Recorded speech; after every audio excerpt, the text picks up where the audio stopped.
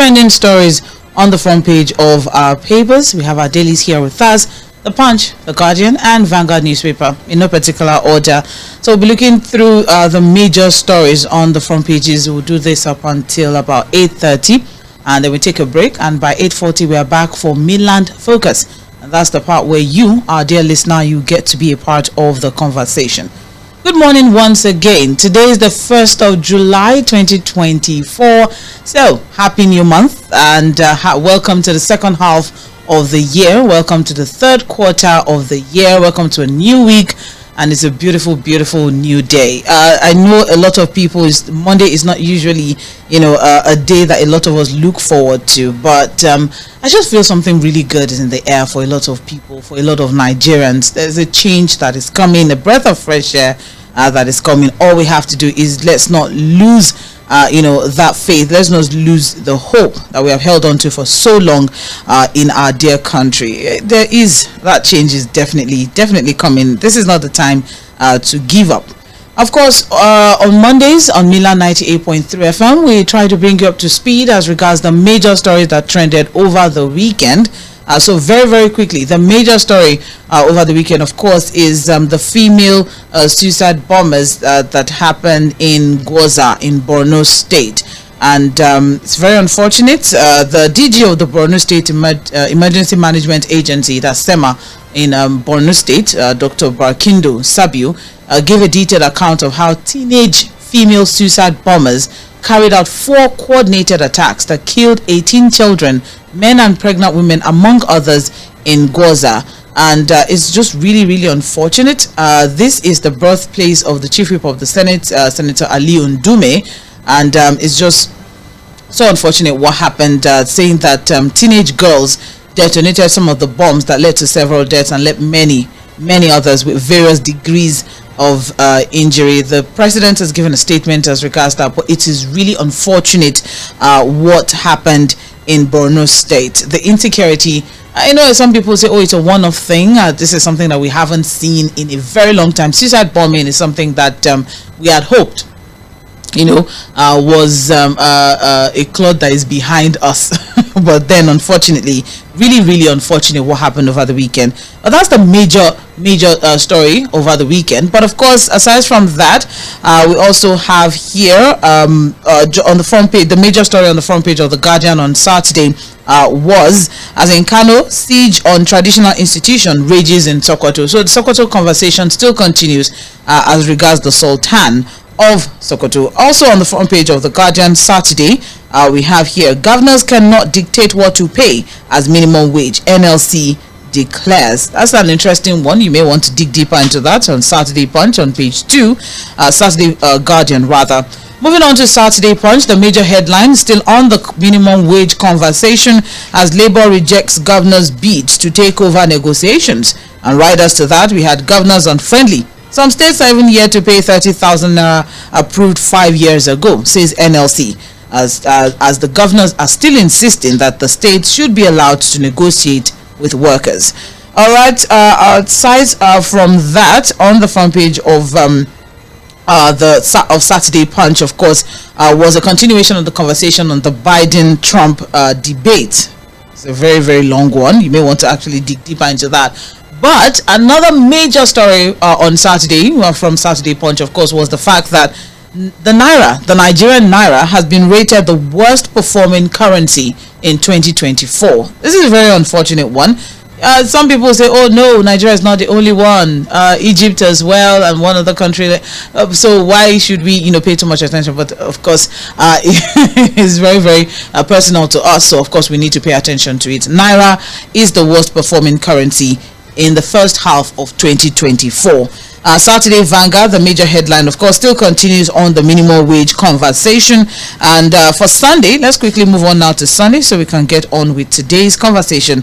Presidential Mulwe. 5 presidents spent 214 billion naira flying around the world. And that's the major headline on the front page of Sunday Vanguard. And we also have here Peter Obi tackles Tinubu over Nnamdi Kanu and 4 national budgets. The national budget conversation started on Friday, where we have the fact that the 2023 budget, the 2023 supplementary budget, and the 2024 budget are running concurrently as we speak, and the 2024 supplementary budget is on its way. So there you have it. That's where that stemmed from. That's the major headline on Sunday Punch, Sunday Vanguard rather. Moving on to Sunday Punch, 21 states operate local government areas with caretaker committees. That's a serious conversation as regards, local government autonomy, local government elections. There are even, reports coming in as regards, certain individuals calling for the total scrap of local government since they are not allowed to operate independently. All right, that for Sunday Punch. And finally, for The Guardian.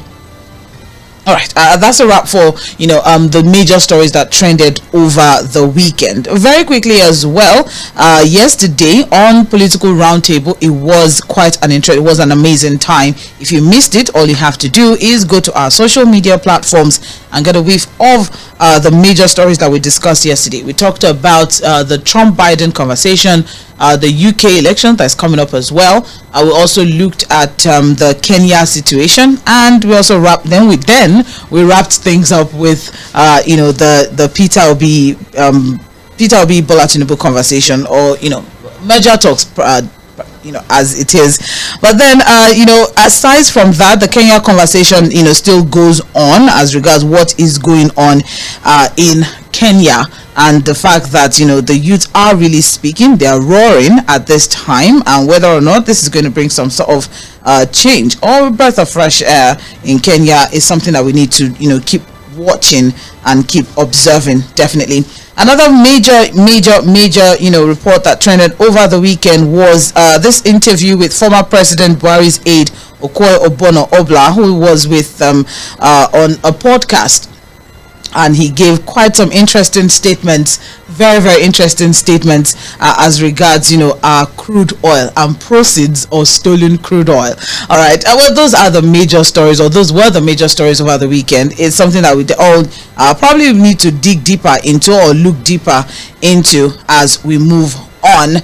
All right, I will not be doing this alone as regards trends in the papers. Fuad Sahid will join in via the phone line to give analysis to the major stories that we're going to be looking at this morning. All right, my name remains Omobola Sandra. Thank you for staying with us. This is Mainland 98.3 FM, and you're on to Mainland Focus. Happy New Month once again. We have our papers here, as I mentioned earlier on, Vanguard, The Punch, The Guardian, and we'll be kicking things off, of course, with The Punch newspaper as the major headline on the front page of The Punch. Import duty, bank plane grounded as federal government clamps down on private jets as aircraft stop from flying over alleged 1.9 billion naira unpaid import duties. All right, before we go into all of that, good morning, Fuad. How are you doing, and happy new month? Yeah, good morning, Sandra. Happy new month. How are you doing? Well, thank you very much. There's just something really nice about the month of July. There's something different about it. I don't know what it is. I can't put my finger on it. Yes, but there's more money available now, right? For who? Because it's July. For who? For everybody, when you say there's something different about the month of July, I don't think. Okay, what's the difference? Didn't the federal government promise to share money? So the promise is the difference. To some households. The promise is the difference? Are you not happy, Fuad? Are you happy? I'm happy that I'm alive, really. I'm happy that. All right, but still on still, Fuad. I mean, there are so many things to still be thankful for. I know that the air is quite heavy with mourning and sorrow and sadness and all of that. Exactly for what happened in Borno State and what is still happening in Borno State. But through it all, Fuad, through it all, I mean, we just need to keep pushing until some way, one way or the other, we get it right. Of course, yes, we can't give up. There's no other choice. There are no alternatives to, building this country. We just have to continue to do our part of nation building. Do our job as best as we can do it. Continue to speak true to power, and hope that our leaders will listen to the cries of the people that are being ventilated by the media. Basically, basically what we're doing is to do our own part of nation building. Sandra, the state of insecurity in the country is getting to another level. Insurgency in the northeast that has been a bit on at the back end of conversations is suddenly taking the spotlight again. Center stage, yeah. Yeah, center stage of our conversations again. And suicide bombers attack the wedding, the funeral ceremony for those states. Those are local government. That's the local government of Tʀᴇᴜ many Nigerians have been killed. Many are still injured. The state government is battling to attend to the injured, while families are bearing their loved ones who lost their lives from these coordinated suicide bombings. I think about 3 or 4 of them from young girls. That's one thing we've not seen for some time, Sandra. For quite months or years now, we've not really had cases of suicide bombers, attacking people and all of that. Apart from that, it's reported in the paper, Sandra, on the Lagos-Shagamu Expressway, Jᴏɪṛ Expressway, 20 persons are reported to have been kidnapped.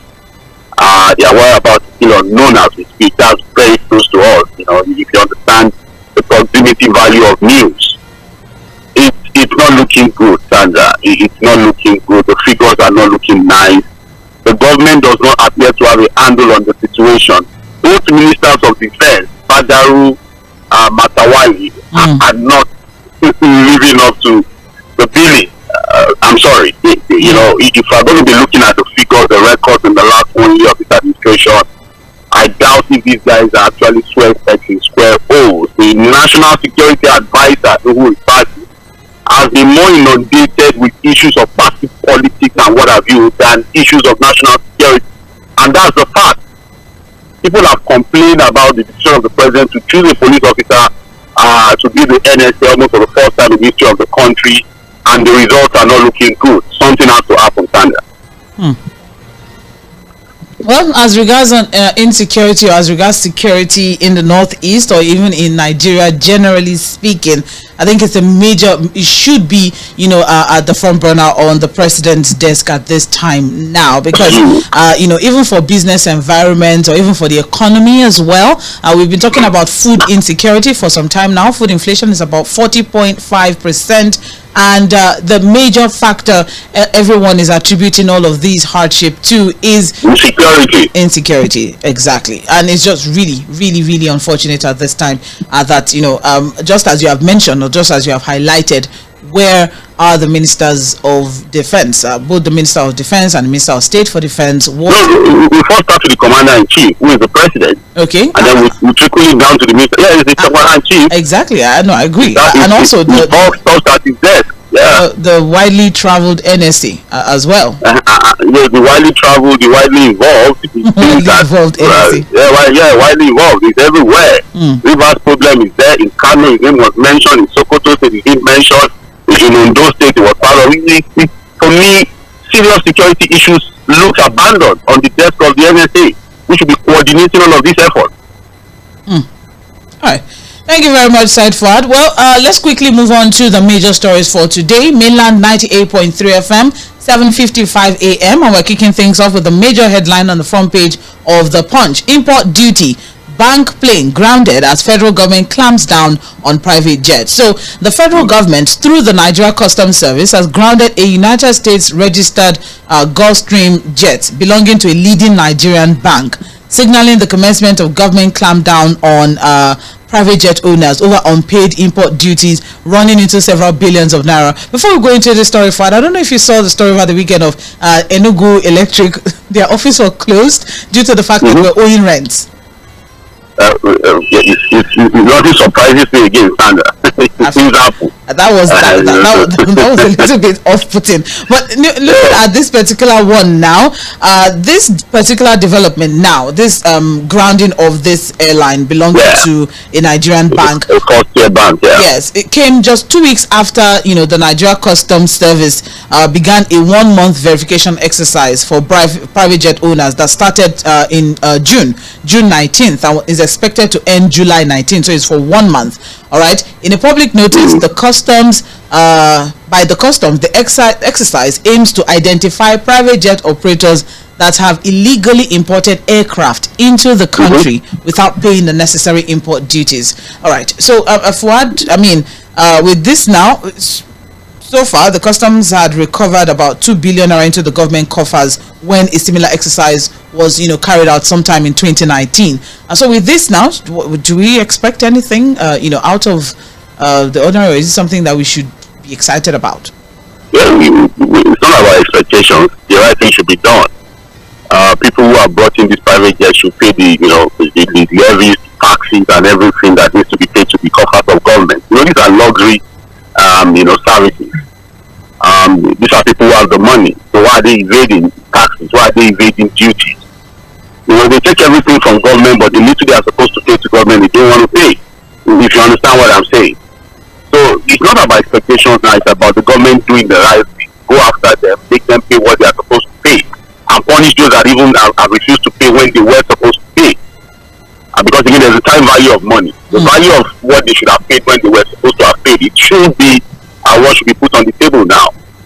If you understand what I'm saying. It has a level of impunity in the country. I listened to the Minister of Aviation, Professor Tʀᴇɪᴅs, when he was talking about this problem, that look, a lot of these private jet owners have just been operating illegally.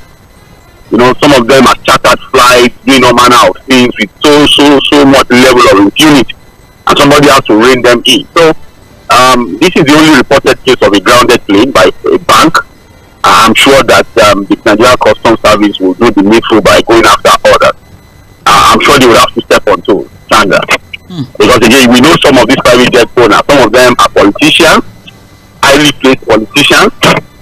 Some of them are also highly connected, highly placed business owners. Some of them are also religious leaders. So religious sentiments will also come in.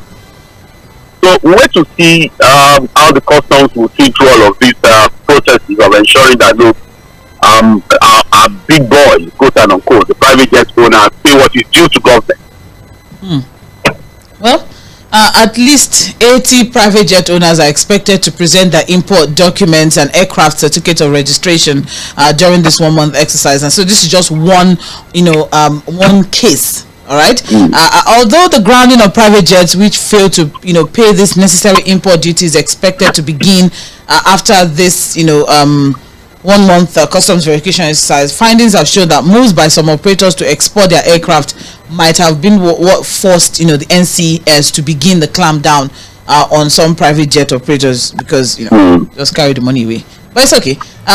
So moving on now, as regards this particular one, this particular plane belonging to a tier 1 bank has been grounded at Lagos Airport over on page. You have mentioned the bank. I don't know why they keep just skidding off the bank.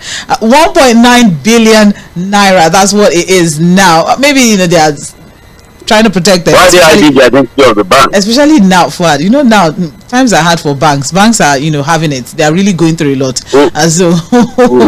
Who are saying that times are hard? The owners of banks are living larger than life. Wow. I'm talking about the bank. Some of the owners of Nigerian banks are billionaires in dollars. That's the reason why people are asking, what other thing are you doing than just being a banker? The banks will be going through a lot. Are the owners going through anything? We need to ask ourselves, Sandra. Very, very true. Very, very, very true. Disassociating the bank from the people at the top in the bank. Yes. The owners of these banks, yes. That's correct.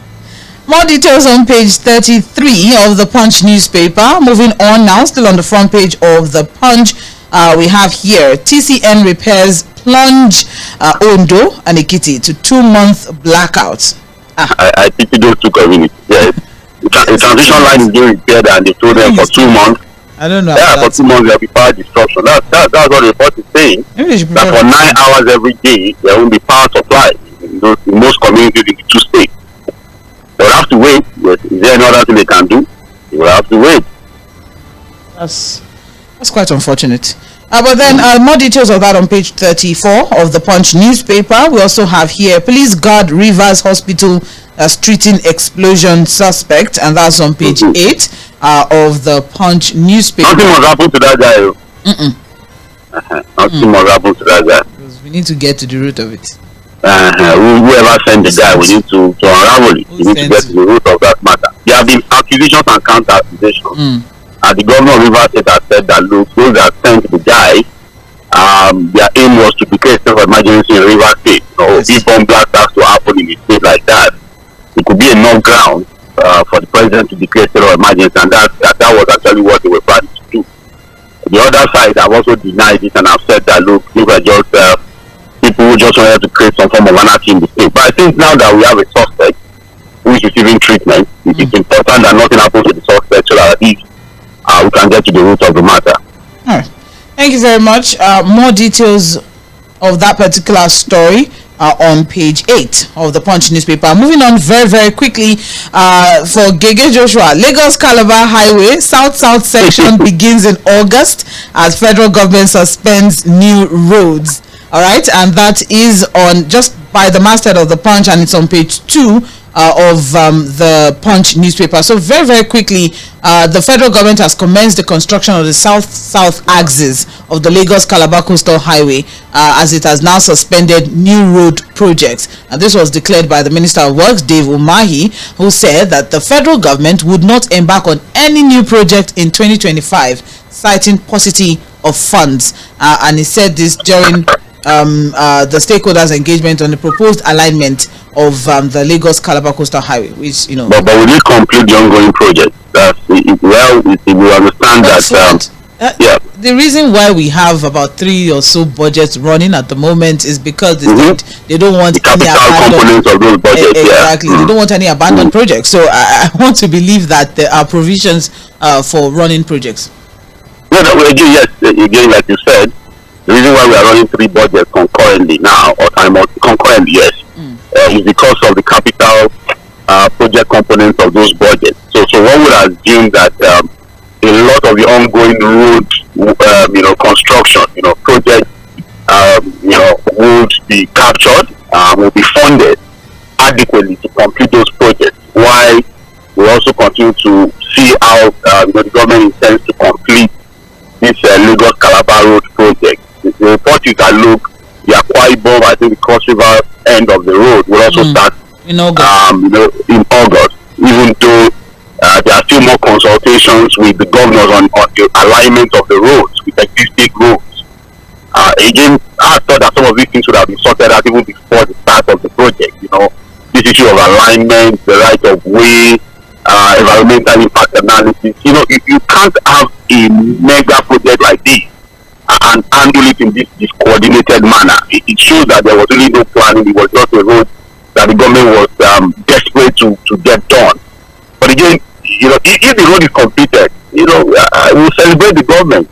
Again, there are no clear timelines, Sandra, as to when the road will be completed. Now we've moved from 10 lanes to 6 lanes. We've moved from alignment to realignment and what have you on the same road. There are still questions as to how the government really wants to fund the entire project. Counterpart funding is not coming as it should. Now we are getting some new budgetary provisions, blah, blah, blah. So it's a whole lot of talk around this project. But like you said, people like the Gege Joshua don't care.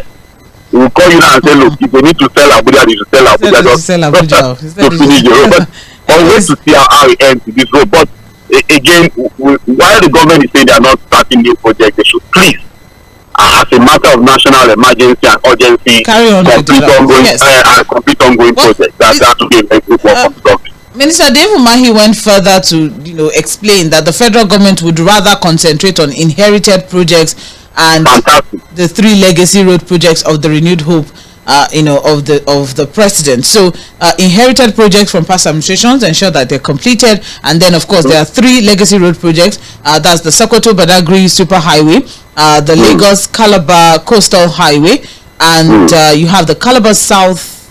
No, I think I'm getting that wrong now.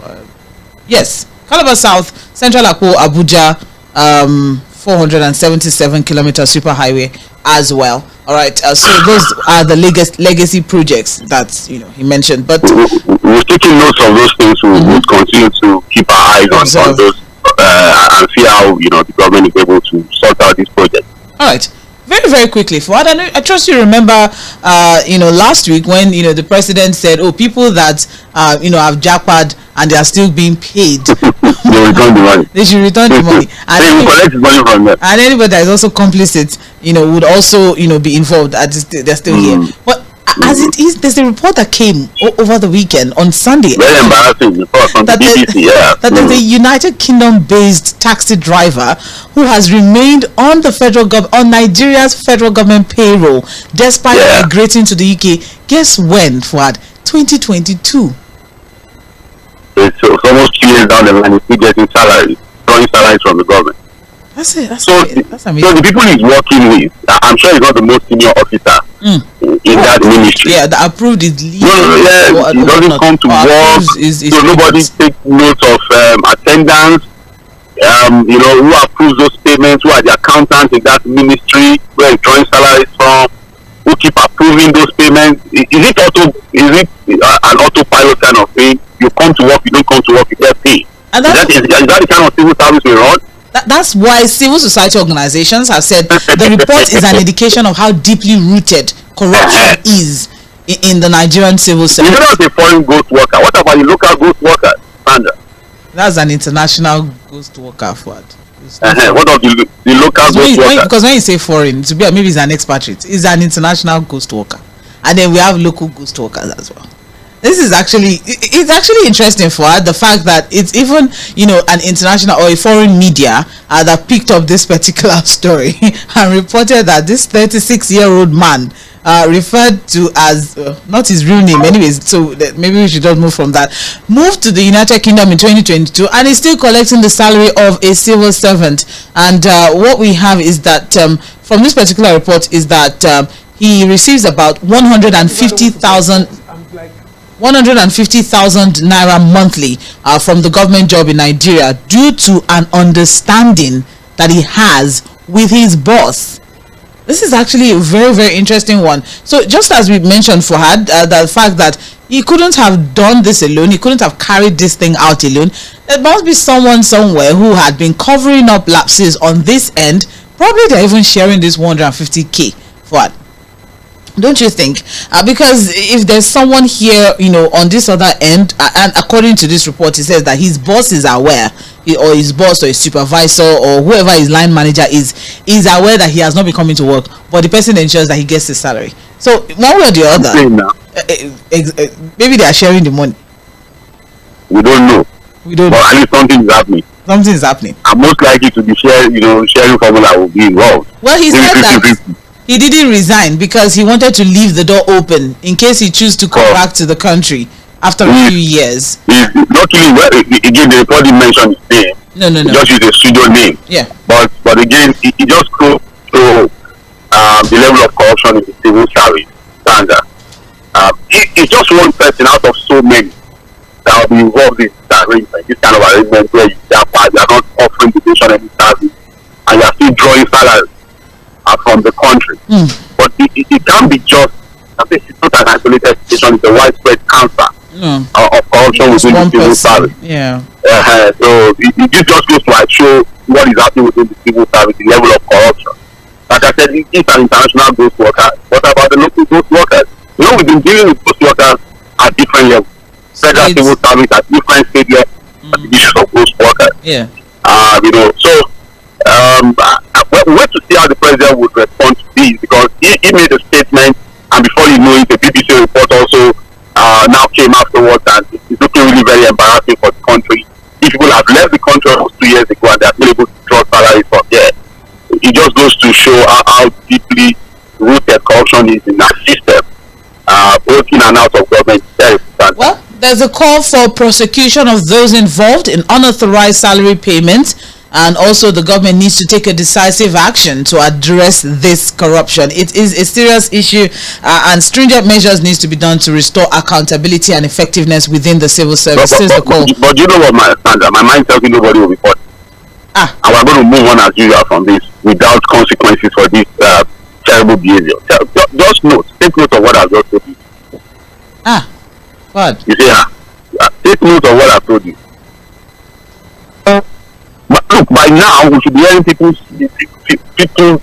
By now we should be hearing that maybe the FCC have moved in, they've arrested one of the persons and they are being prepared for appearance in court. It shouldn't take too long for us to dig into this issue. What my mind tells me we're going to see it like every other thing will be saying, we'll eventually move on, to be punished, and it's going to remain business as usual.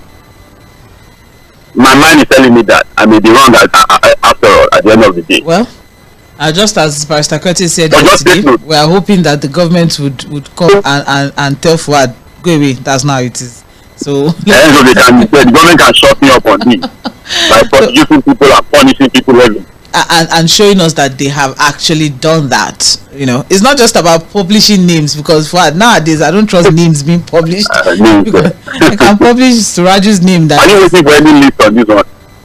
Of people that have been observed that of discovered to have been international ghost workers.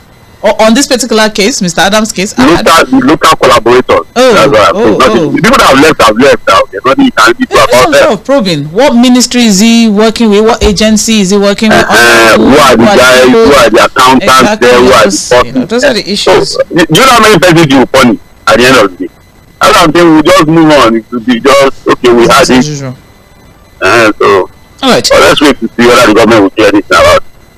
Let's move on now. 13 minutes past 8, and you're listening to Trends in the Papers, the major stories on the front pages of our papers. We're live on Facebook and YouTube at Milan 98.3 FM. Do well to join the conversation on those platforms. Would also appreciate the support by when you like, share, our post, or subscribe to our handles and channels as well. Thank you very much. Moving on now to the Guardian newspaper. The major headline there reads, "Currency commoditization. Empty ATMs dot metropolis as banks trade cash with POS operators." So it's just it's sweeter or easier to just call the POS guys, come and take the cash, give them money, than stock up the ATMs. POS guys, look at that. That's where we are. That's corruption, really, because I'm sure there'll be kickbacks, So our monies, our currency have become somewhat like a commodity that we are now trading. People buy money. The worst performing currency in the world. We are just the worst performing currency by Bloomberg for the first quarter of 2024 standard. Now it's a commodity that we trade. You go to ATMs, there are no cash available. But you go to just across the road, there's a POS operators who have enough to give to you. So where are the POS operators getting their cash from? Whereas the machines don't have cash. So this is what it is. Because what we hear from some of the reports and research that has been done, and investigation has shown that a lot of these bank staff are also owners of POS points. Yes, yeah, they have like 5, 6 different points. So if they have several POS points, they have to feed it with cash. All right. So we have riders, to this particular story. It's on page 6 of the Guardian newspaper. We have counter transactions restricted to 20,000 naira. Cash points fleece customers through arbitrary charges. Rural dwellers charge 10% by rent-seeking currency traders. In the rural areas. In the rural areas, it's worse off because there are barely any banks there. So you have to deal with the POS operators. You have to deal with the POS. You have no choice. So instead of the 100 naira that we pay here in the urban, it's not so for them. Or maybe we draw like 5,000. Yes. I think 10,000 is 200. So every 5,000 is 100 now. Right. So bank neutral cash hubs in limbo 2 years after introduction. It's true. All those e-centers. All right. Finally, over 93% of currency in circulation held outside a bank. So a year and a few months after relief from the worst cash crunch in the modern economy, Nigeria appears to have slid into another dimension and created a new business from commoditizing the national currency. So as it is now, during the prolonged cash crunch that almost ruined the economy, I don't think anybody can forget very, very quickly Emefiele and exactly in the first quarter of last year, an increasing number of bank depositors are turning to street currency traders who operate under the guise of agent banking to source for cash for daily transactions, as ATMs and banking halls have run out of banknotes. As it is now, okay. Not the run of banknotes now. They're the ones trading it to turn their currency to some sort of commodity. And you now buy. So you go and buy a call. You don't have money. It's alright. Well, the CBN, which pulled the trigger that set currency scarcity, like the ordinary citizens. So the CBN's ignorance is understandable. For one, currency in circulation is at an all-time high and now higher than the pre-Naira redesign era at 3.97 trillion naira when before the mop-up that was done then. So the currency in circulation balance has remained healthy since March last year when it reached 1.6 trillion from February low of 982 billion at the height of currency redesign confusion. But then the banks may have been constrained by the rising volume of currency outside the banking system. That's what we have. So many banks in Lagos and even elsewhere in the country have restricted cash withdrawals. So there's more cash in hand. Let me use yes. Let me use layman terms now. There's more cash in hand with the people outside than in the bank. Well, again, I think whatever we've done with our cashless policy, as we have a lot of deficit when it comes to infrastructure. Again, in the urban areas, maybe we've seen some reasonable level of improvement, but in the rural areas, we have that deficit in terms of technology, in terms of infrastructure, in terms of the awareness to people are still very comfortable to trade in cash.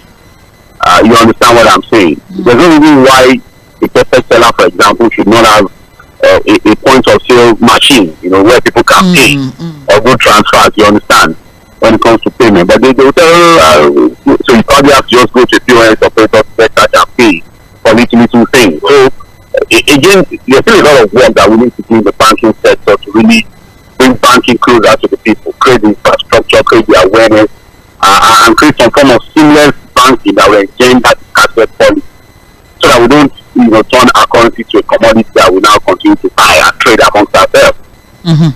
All right. Well, as it is now, the cash scarcity, as reported by The Guardian, is caused by an unholy collaboration between banks and agent bankers, and that's where we are now. What we have is people who are familiar with you said the tellers hoard and trade the cash holdings through the back doors, and suspicious cash management are regular occurrences at branches, and that's coming from a top banker who gave his own report on this particular one. It's a very, very interesting read. You can get more details on page 6 of the Guardian newspaper. Currency commoditization, that is where we are now. Empty ATMs, but banks are allegedly trading with POS operators. Empty ATMs, flourishing POS points. It's alright. That's an interesting one. So help us all. We also have here on the front page of the Guardian, refineries to begin operations before January. You see the problem. That story is on page 3. You see the problem. I'm not going to dwell on that. I'll just move on. Move on to where? So you don't want the refinery to work. You are part of them. If you don't take the story, that means you are part of the mafia, the syndicate we've been talking about. So say to work in January. That you just have the story. What? Yes. Refineries. I want to emphasis on is plural. It's not one. It is a refinery. Yeah, it's a refinery. Before refinery we are waiting for now. It's yes. Okay. It's that's okay. what it says. Kaduna, Warri, and Port Harcourt. It's that. So why are you waiting for Port Harcourt this year? Please go and take a chill pill. No. They said before January, so it is definitely going to be this year. So what's this? Before January. It could be December 31st. I tell you to not happen this year. Can we? I will not covet that counting with you. But the story is on page 3 of the Guardian newspaper. For those who are reading, they said the Port Harcourt refinery was mechanically completed. Or what did they tell us then? Yes, mechanically. So why are they saying before January now? Because before January it can be December 31st, 2024 by 12 midnight. As I am saying, Happy New Year 2025. The refinery is working. All right. And let's move on. I wish everyone all the best. The man that has completed his refinery does even have food oil. As we cautiously await, the good news as regards our refineries. All right, finally off the front page of the Guardian newspaper for this morning, this really interesting report that also trended over the weekend. I mentioned it earlier on Fuad, I don't know if you seen the videos, the Mycon podcast that had former chairman of the Special Investigation Panel for Recovery of Public Property, Mr. Obono Obla, who made some really interesting allegations from the Buhari administration, saying that for example, $69 billion looted by corrupt Nigerians were returned to the looters under the administration of former President Muhammadu Buhari. He also look at that. That's it. So aside from that, he also criticized the Buhari administration for allegedly failing to combat corruption effectively, which was a cornerstone of his mandate. That's of former President Buhari's mandate. So there were instances where there were efforts to prosecute alleged looters, but then it was thwarted within the administration, citing obstructive actions of the former Minister of Justice and Attorney General of the Federation. Now there's nothing on Malami.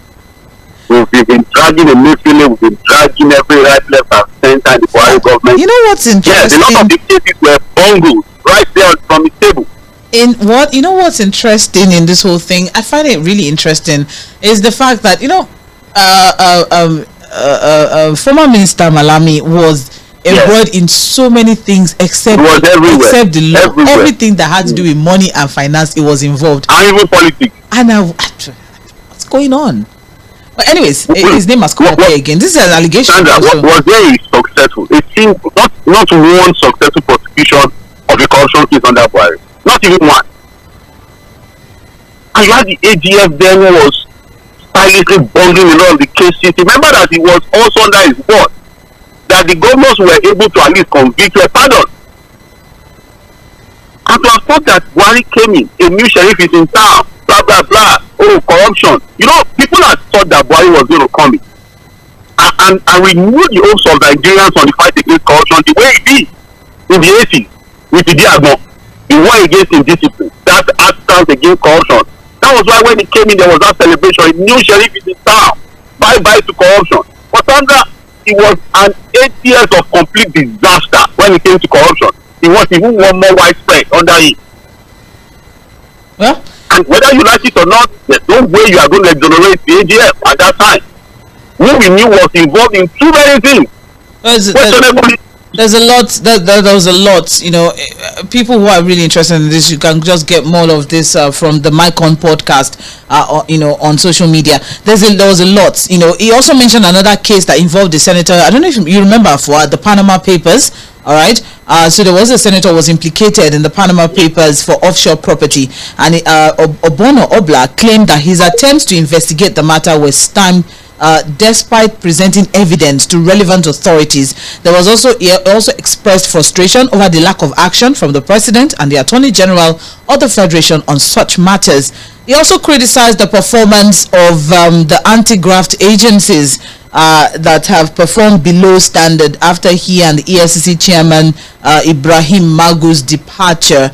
He alleged personal animosity from Malami, attributing his suspension from office to political maneuvering. It's just a lot to take away from, Mr. Obono Obla's interview on the Mycon podcast. More details on page 9 of the Guardian newspaper. Let's quickly wrap things up this morning with Vanguard. Time check right now is 8:25 a.m. and you're listening to Mainland 98.3 FM. It's trends in the papers. Let's move on now. The major headline on the front page of Vanguard: agony as federal government retirees groan under 230 billion naira pension arrears. And we have riders here that said no payments made for over a year. Legally binding upward review suspended for 15 years. Stakeholders call for boycott of government securities. And we have regular dialogue. Pressure from labor required. Pen up. And that story is on page 20. And when I saw this story, the first thing that came to my mind was, I would have not gone to borrow these people's money. But then let's see what this was even pension payments due before the PenCom Act of 2024. It's a long time coming, really. The only thing we can appeal to government is just sort this out. You can't be owing your pensioners. And they also talked about the fact that when salaries are reviewed upwards, the pension law of the country says pension payments should also be reviewed upward. Because again, we are talking about minimum wage now. These pensioners also buy things from the same market as today's workers. So if you are increasing minimum wage and all of that, what about pension payment? It should also be reviewed upwards while we sort out all the backlog of pension payments. We can't be treating our pensioners like this standard. It's wrong. People who serve the country 30-35 years of their life are now old, and vulnerable, and then we can't even pay them what is due to them. But very, very, very. We need supporting legislation to ensure that once the money is there, it is not wired to other needs of the government. That's what the report is saying. Because Sandra, most of these pension payments are actually appropriated for in the budget, but no disbursement. They will say appropriation is different from disbursement. All right. Moving on now, we also have here on the front page of Vanguard, why I want Southeast governors to work together. That's on page 37 of Vanguard, and that's coming from Peter Obi, the Labour Party presidential candidate in 2023, reiterating his call for Southeast governors to collaborate, emphasizing that such unity is crucial for the region's development. He also highlighted that the entire country faces diverse challenges, including his own Southeast zone, and he has expressed desire for all regions to work collectively for the progress of their respective areas, thereby contributing to the overall development of Nigeria. He said, as far as insecurity is concerned, in the Southeast, he also suggested that Nnamdi Kanu should be released. Yes. But again, I think that at the end of the day, something has to happen really as far as this Nnamdi Kanu case is concerned. I've seen some Southeast leaders making some overtures to the former president Muhammadu Buhari on Nnamdi Kanu, where we don't really know the position of things with the current president, President Bola Ahmed Tinubu, what his stance. Because again, Buhari was very clear before he left office. That's a legal matter, and the court to sort out this Nnamdi Kanu. He was never interested.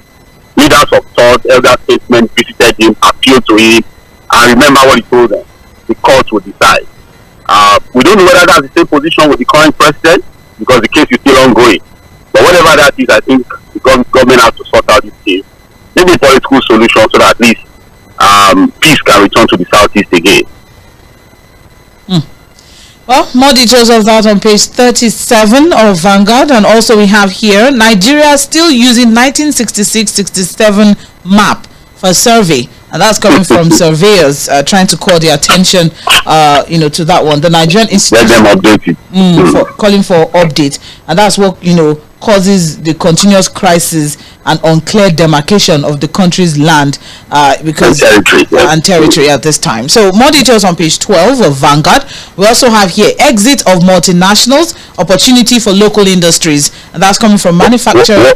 What put those ones out will also make you not succeed there. Look at I think the man needs to be truthful to himself instead of living in that delusion. Those that are living, why did they leave? Also, this will be an opportunity. We need to learn from why they're living and all of that. And whatever was the situation that made them leave, how do you think you can weather the storm? Look at it. Sorry. Dangote is. You think that they're happy to leave? Dangote now. A very good example. That story is on page 22 of Vanguard newspaper, and I also just need to quickly put this out as well. It's on the front page of Vanguard, and it's just above the masthead of Vanguard there. Konga's ex-CEO's death, not suicide, and that's coming from his family. This idea of misinformation, this social media. That was how they announced the death of one man yesterday. Jacob, that the family has to show a video that the man is still alive. And unfortunately, on this Konga CEO case, even the traditional media was caught in the web of confusion as to the cause of his death. The family is saying that there was nothing suicidal about his death, even though the police have said they are still investigating the cause of the death. But again, I think we should just be very careful to really post and report some of these things, because we're in an era where people are very happy to put out information, social media especially. But it's also good to also check and recheck before we join the bandwagon of disinformation and misinformation. All right. Thank you very much. That is on page 6 of the Vanguard newspaper. Just the Imudia family debunking reports going around that their son committed suicide. Let's take a break now. We'll be back by 8:40 for Mainland Focus, where you get to be part of the conversation. This is still Mainland 98.3 FM. Please stay tuned.